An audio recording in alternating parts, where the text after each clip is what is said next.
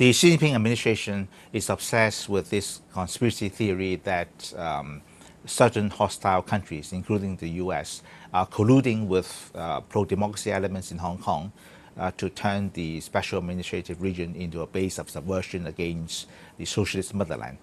So from now on, I think Beijing would pull out all the stops to ensure that regarding the political, ideological, constitutional issues, Beijing will be running the show in Hong Kong, which is another way of saying that the one country, two systems, high degree of autonomy for Hong Kong model has run its course. I think we are seeing a paradigm shift.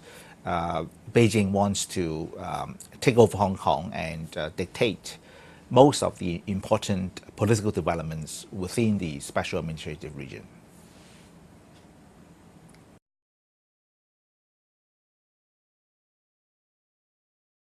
There will definitely be ugly conversations between the pro-democracy activists, the so-called Occupy Central movement, and so forth. However, I think the Hong Kong police, perhaps with the help of police from nearby Guangdong province and also the PLA garrison in Hong Kong, they have drilled many times for riot control. So I don't think the central business district, for example, would be paralyzed, even if the so-called Occupy Central movement were launched on a large scale.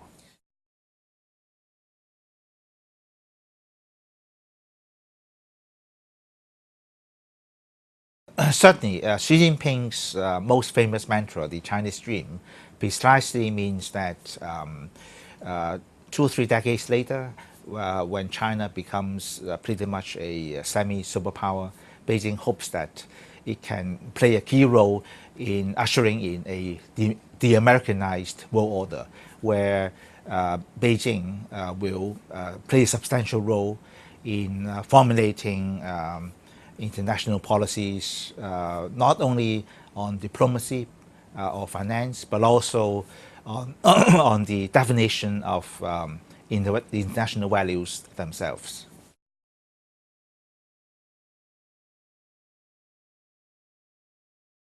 Well, it looks like the die has been cast.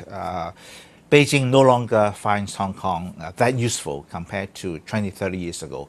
So the Xi Jinping leadership thinks that there is no need to give to Hong Kong those freedoms and liberties which Beijing were forced to give because of Hong Kong's position as the gateway to China.